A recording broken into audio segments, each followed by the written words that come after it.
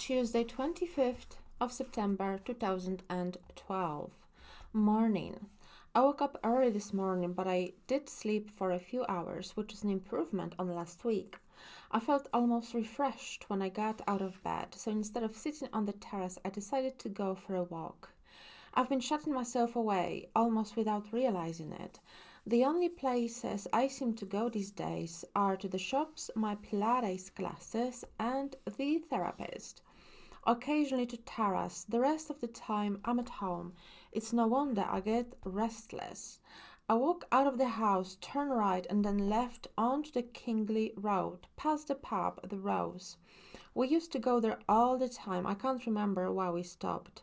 I never liked it all that much. Too many couples just the right side of 40 drinking too much and casting around for something better, wondering if they'd have the courage. Perhaps that's why we stopped going, because I didn't like it. Past the pub, past the shops, I don't want to go far, just a little circuit to stretch my legs. It's nice being out early, before the school run, before the commute gets going. The streets are empty and clean. The day full of possibility. I turn left again. I walk down to the little playground, the only rather poor excuse for green space we have. It's empty now, but in a few hours it will be swarming with toddlers, mothers, and au pairs.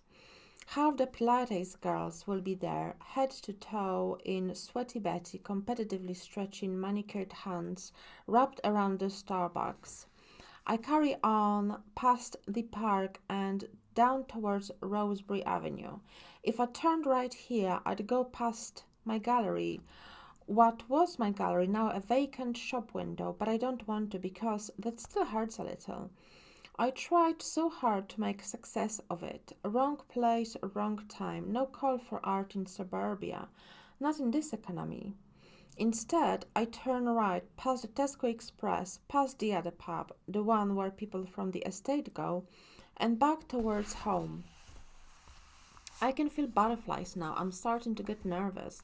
I'm afraid of bumping into the Watsons because it's always awkward when I see them. It's patently obvious that I don't have a new job, that I lied because I didn't want to carry on working for them. Or rather, it's awkward when I see her. Tom just ignores me, but Anna seems to take things personally. She obviously thinks that my short-lived career as a nanny came to an end because of her or because of her child. It actually wasn't about her child at all, although the fact that the child never stops whining did make her hard to love. It's also much more complicated, but of course I can't explain that to her. Anyway, that's one of the reasons I've been shutting myself away, I suppose, because I don't want to see the Watsons. Part of me hopes they'll just move. I know she doesn't like being here. She hates that house, hates living among his ex-wife's things, hates the trains. I stop at the corner and peer into the underpass. That smell of cold and damp always sends a little shiver down my spine. It's like turning over a rock to see what's underneath. Moss and worms and earth. It reminds me of playing in the garden as a child, looking for frogs by the pond with a Ben. I walk on. The street is clear, no sign of Tom or Anna. And the part of me that can't resist a bit of drama is actually quite disappointed. Evening. Scott just called to say he has to work late, which is not the news I wanted to hear. I'm feeling edgy. I have been all day.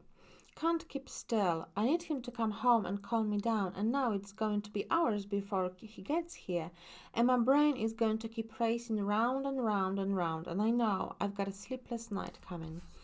I can't just sit here watching the trains. I'm too jittery. My heartbeat feels like a flutter in my chest, like a bird trying to get out of the cage. I slip my flip-flops on and go downstairs, out of the front door and onto Blenheim Road. It's around 7:30. A few stragglers on their way home from work. There's no one else around, though you can hear the cries of kids playing in their back gardens, taking advantage of the last of the summer sunshine before they get called in for dinner. I walk down the road towards the station. I stop for a moment outside number 23 and think about ringing the doorbell. What would I say? Run out of sugar?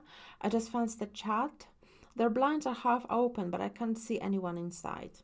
I carry on towards the corner, and without really thinking about it, I continue down into the underpass. I'm about halfway through when the train runs overhead, and it's glorious. It's like an earthquake. You can feel it right in the center of your body, stirring up the blood. I look down and notice that there's something on the floor, a hairband, purple, stretched, well used. Dropped by a runner probably, but something about it gives me the creeps, and I want to get out of there quickly, back into the sunshine. On the way back down the road, he passes me in his car. Our eyes meet for just a second, and he smiles at me.